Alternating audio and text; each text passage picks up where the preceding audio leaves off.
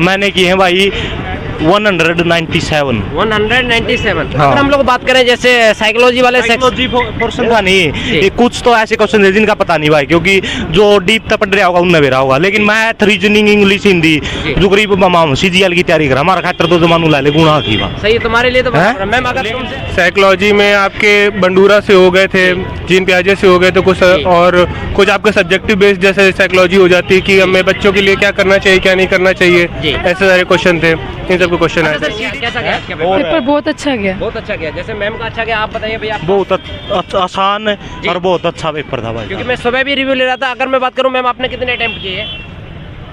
100 above ही किया है वैसे। 100 प्लस। Yes. आपने सर? मैंने की है भाई 197। 197। हाँ। अगर हम लोग बात करें जैसे साइकोलॉजी वाले साइकोलॉजी पोर्शन था नहीं, ये कुछ तो ऐसे क्वेश्चन है जिनका पता नहीं भाई, क्योंकि जो डीप तक पढ़ रहा होगा उनने भी रहा होगा, लेकिन मैथ रीजनिंग इंग्लिश हिंदी जो करीब माम सीजीएल की तैयारी कर हमारा खातर तो जमानू ला ले गुणा की बात सही है तुम्हारे लिए तो हैं? मैम अगर लेकिन तुमसे जो साइकोलॉजी से ही पढ़ रहा नहीं भाई साहब है, हर और सौदा हुआ है, आसानी था 150 प्लस नंबर आसानी से ले जाएगा। अच्छा 150 प्लस क्वेश्चन आसानी से ले जाओ। बस आराम तक क्वेश्चन नहीं नंबर है, नंबर। हाँ नंबर बोल रहे हम आपको, क्वेश्चन तो अटेम्प्ट वैसे ही हो जाने। चलिए थैंक यू। तो मैम अगर मैं आपसे पूछना चाहूँ पेपर का लेवल आप कैसा आती है, आप बताइए। इजी मॉडरेट हार्ड आपका मानना क्या है? इजी था वैसे, लेकिन नेगेटिव मार्किंग की घोड़ी थोड़ा सा मैंने ध्यान से किया अच्छा है। नेगेटिव मार्किंग वजह से Yes. ध्यान से किया। मैम अगर हम लोग बात करें जैसा कि बहुत सारे बच्चे आने वाले शिफ्ट में पेपर देंगे, तो उनके लिए आप क्या कहना चाहेंगे? पेपर आसान आ रहा है, टफ आ रहा है, या फिर क्या पढ़ के आए क्या नहीं पढ़ के आए? पेपर आसान नहीं आ रहा है, बहुत ही आसान आ रहा है पेपर। अच्छा ओवरऑल देखा जाए तो आज मैं देखना चाहूँ आप लोगों का मानना क्या है, कितनी कट ऑफ रह सकती है इस बार की मैम? मे बी 1 प्लस कितनी 110 प्लस कितना रह सकता है? 125। आपने कितने अटेम्प्ट किए सर? मैंने अटेम्प्ट करे होंगे 160 अब 160 है अब। ठीक है। अगर हम लोग बात करें जैसे कि हिंदी वाला सेक्शन था, इंग्लिश वाला सेक्शन था, वहाँ से आपको सबसे टफ कौन सा और सबसे इजी कौन सा सेक्शन लगा? हिंदी आसान आ रही थी, कोई आसान टफ नहीं था। हाँ इंग्लिश में हाँ थोड़ा कह सकते हैं मॉडरेट था, जी। और मैथ में कैलकुलेशन बेस्ड था, उसमें कैलकुलेशन ज़्यादा थी। बाकी पेपर कहेंगे ठीक था, ना टफ कह सकते हैं ना इसको इजी कह सकते हैं। बस आप साइकोलॉजी वाले सेक्शन की बात करें, साइकोलॉजी में कैसे क्वेश्चन पूछे गए? साइकोलॉजी में आपके बंडूरा से हो गए थे, जीन पियाजे से हो गए थे कुछ, और कुछ आपके सब्जेक्टिव बेस्ड जैसे साइकोलॉजी हो जाती है कि हमें बच्चों के लिए क्या करना चाहिए क्या नहीं करना चाहिए, ऐसे सारे क्वेश्चन थे, इन सबके क्वेश्चन आए अच्छा थे। सर सीडीपी से कोई सेक्शन उठा गया है वो? सीडीपी से बाल विकास का सेक्शन उठाएगा ना, बाल विकास के आपको कम से कम 3 से 4 क्वेश्चन आपको मिल जाएंगे बाल विकास के। अच्छा सर उसके बाद में हमारे जैसे एजुकेशनल थ्योरी होती है, उससे कोई क्वेश्चन हो? हाँ एजुकेशनल थ्योरी से नहीं, एजुकेशनल थ्योरी से कोई क्वेश्चन नहीं था। नहीं इसमें एजुकेशनल पॉलिसी से कोई क्वेश्चन हो सर? हाँ एजुकेशन पॉलिसी से 2-3 क्वेश्चन आए थे, जैसे वही अपनी राइट टू एजुकेशन और ये वाली पॉलिसी हो गई, और सर्व शिक्षा अभियान, इन सबसे क्वेश्चन आए थे। अच्छा पेडागोजी का सेक्शन की बात करें हम लोग, कैसे क्वेश्चन देखे गए? पेडागोजी सेक्शन में क्वेश्चन सिंपल थे, लेकिन हाँ ये लेंदी थे, तो उसमें आपको पढ़ने में टाइम जो जाता उसका मैनेजमेंट था, पढ़ने में लग रहा था जी।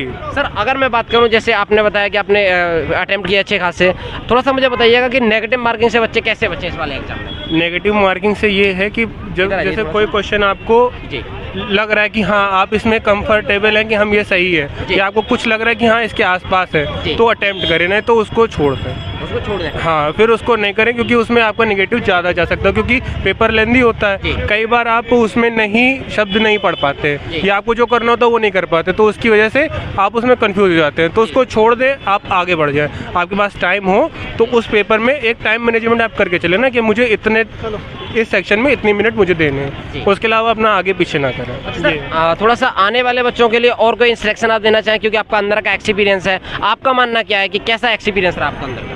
अपना टाइम मैनेजमेंट करके चलिए। एक बहुत अच्छा पॉइंट बताया सर आपने। टाइम मैनेजमेंट मार्किंग से बचें, दूसरा नेगेटिव मार्किंग से बचें। तीसरा ये है कि आपको जो क्वेश्चन आता है जिसमें आप एकदम सही है, ये है कि हाँ हमने कर लिया, जो नहीं आता उसको छोड़ के अपने आगे बढ़ गए। फिर मैंने देख लिया कि मेरे पास टाइम है, तो फिर लौट के अपना वो क्वेश्चन सेक्शन रन कर लीजिए, नहीं तो आप आगे बढ़ जाइए।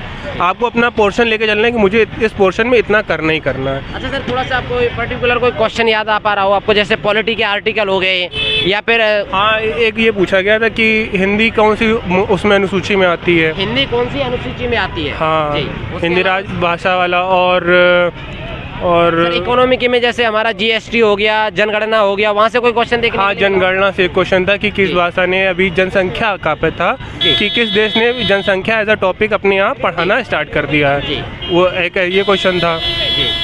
और मैथ में थे डिस्क्रिप्टिव क्वेश्चन। आज आप ही रहिए, जैसे कि सर बता रहे हैं कि आज का जो लेवल था ना अच्छी था, लेकिन जो सेकंड पार्ट था ना जी। वो सारा एप्लीकेशन बेस्ड क्वेश्चन थे जी और एप्लीकेशन बेस में भी सारे क्वेश्चन थे जिसमें सब में ऑप्शन दे रखे थे 1 2 3 या दोनों ही सही हैं दोनों ही गलत है ये। लेकिन आप ये मान के चलिए जो क्वेश्चन पेपर था वो इजी टू मॉडरेट था, ज़्यादा कोई टफ नहीं लग रहा था। अच्छा सर, मैं दोनों से पूछना चाहूँ, जैसे करंट अफेयर के ज़्यादा क्वेश्चन तो नहीं आए होंगे, जो आए थे वो कहाँ से पूछे गए थे? अब मैं एक एक करके नंबर आपका भी दूंगा। करंट अफेयर के 2022 2020 से क्वेश्चन आ रहे 2020 से क्वेश्चन था। 2020 से क्वेश्चन थे, एक नहीं 2 क्वेश्चन थे 2020 दो से। क्वेश्चन थे। हाँ, जैसे नोबेल पुरस्कार जी वो था 2020 का, किसे मिला एक। जी और वो था कि आपने वो टोक्यो ओलंपिक से आया था जी, कि उसमें ध्वजवाहक कौन था स्टार्टिंग में। चलिए बहुत बढ़िया। अब सर 2 क्वेश्चन सर ने बताया, कोई क्वेश्चन सर आप रिकॉल कर पा रहे हो? एक था एक मतलब करंट अफेयर में था जी। जो कि वो जो मनदीप सिंह के बारे में पूछा हुआ था कि मनदीप सिंह कौन से खेल से जुड़े हुए हैं। मनदीप सिंह जी कौन से खेल से जुड़े हाँ हुए हैं? जी, बहुत बढ़िया सर ने एक ये क्वेश्चन था और एक जैसे ये सर बता रहे हैं जी कि एक तो ध्वजवाहक कौन था भारत का जी टोक्यो ओलंपिक के अंदर, जी। एक क्वेश्चन था चिकित्सा के अंदर जो नोबेल पुरस्कार किसने जीता है। तो यही 3 क्वेश्चन थे करंट अफेयर के। तो सर, और जीएस में कोई क्वेश्चन याद आ पा रहा हो, जैसे कि हमारे जनसंख्या से रिलेटिव हो जाता है, पॉलिटी में हाँ किसी की नियुक्ति वो पूछ ली गई हो? हाँ अरे वो एक कोई शासक थे उनका वो पूछा गया था कि कब उन्होंने वो किया था, शायद टीपू सुल्तान हाँ। सर मुगल काल से कोई क्वेश्चन देखने को मिला? से कोई क्वेश्चन नहीं था, लेकिन 1857 क्रांति से 3-4 क्वेश्चन थे। वो सब्जेक्ट में थे, जी पैथोलॉजी में दे रखे थे वो क्वेश्चन। पैथोलॉजी में वो क्वेश्चन थे। कहाँ पे है गोलकुंडा का किला? गोलकुंडा का किला गोलकुंडा कहाँ है? कहाँ ये ऐसा ही कुछ था मतलब। प्रेजेंट नाम पूछा गया है, हैदराबाद ऑप्शन में था या फिर पहला? कर्नाटक था उसका राज्य पूछा उत्तर। गया। हाँ, जो मतलब बीदर और बरार ऐसे 5 सल्तनत थी ना, उस तरह के क्वेश्चन। खारे पानी की बड़ी झील, अच्छा सर्वाधिक खारे पानी की सबसे बड़ी हाँ सबसे बड़ी झील खारे पानी की ये थी, चिल्का। चिल्का नहीं था, लेकिन उसमें ऑप्शन राज्य के ऑप्शन थे उसके अंदर। उड़ीसा था, राजस्थान था, लखनऊ अच्छा सर, मैं था। अब वहाँ से हिंदी वाले सेक्शन पे थोड़ा सा जाना चाहूँ तो हिंदी वाले सेक्शन पे आप लोग बता सकते हैं किस किस टॉपिक से क्वेश्चन पूछे गए थे? सर आप बताइए। तत्सम तद्भव था, वर्तनी शुद्ध थे, जी, और आपका क्या कहते हैं शुद्ध अशुद्ध था, हाँ, और वो सरल वाक्य, मिश्रित वाक्य, संयुक्त वाक्य ये थे। आप थोड़ा सर का मैं नंबर लेना चाहूँ, सर कुछ याद आ पा रहा होगा? 2 क्वेश्चन तो संयुक्त वाक्य और मिश्र वाक्य से थे, जी तद्भव तत्सम थे, जी विलोम शब्द भी 2 पूछ रखे थे। यहाँ तक कि जो पैराग्राफ भी आया था ना, जी। पैराग्राफ में भी क्वेश्चन उसमें भी 2 विलोम शब्द पूछे हुए थे। जी तो ये हिंदी में था, हिंदी भी इजी थी, ज़्यादा टफ नहीं थी। जी। अच्छा सर, मैं बात करूं जैसे पॉलिटी वाला सेक्शन है, इकोनॉमिक्स वाला सेक्शन है, वहाँ से कोई क्वेश्चन देखने के लिए मिला हो? पॉलिटी इकोनॉमिक्स आजकल आती कहाँ है? अच्छा, उतना ज़्यादा नहीं आता है। आजकल कुछ नहीं आता, जो पढ़ के आते हैं वो लोग आता ही नहीं आजकल। अच्छा, करंट थोड़ा सा आप आने वाले बच्चों के लिए थोड़ा कोई टिप्स देना चाहें, जैसे पेडागोजी का कौन सा सेक्शन ज़्यादा पढ़ना है, कौन सा देखो, पढ़ना है? पैथोलॉजी के लिए तो कुछ भी पढ़ लो, कोई इनफ नहीं है उसके लिए। तो उसके लिए तो जितनी आदमी खुद अपनी अंडरस्टैंडिंग बना लेना, जी जिसमें बच्चा खुद अपनी अंडरस्टैंडिंग बना ले, जी वो सबसे ज़्यादा बेस्ट रहेगा, ना कि कोई किताबें काम करेंगी इधर, मेरे हिसाब से। जी। क्योंकि मैंने सारा पेपर देख लिया, उसमें कोई भी क्वेश्चन ऐसा नहीं था जो डिक्टो सेम पूछा हुआ हो। जी। सारे एप्लीकेशन बेस्ड क्वेश्चन है और सारे अपने हिसाब से ही करने, अपने दिमाग से।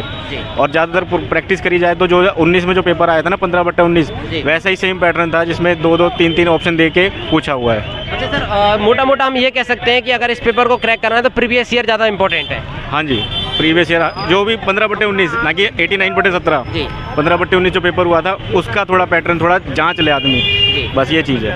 Okay, thank you so much sir. तो आप लोग देख सकते हैं ये था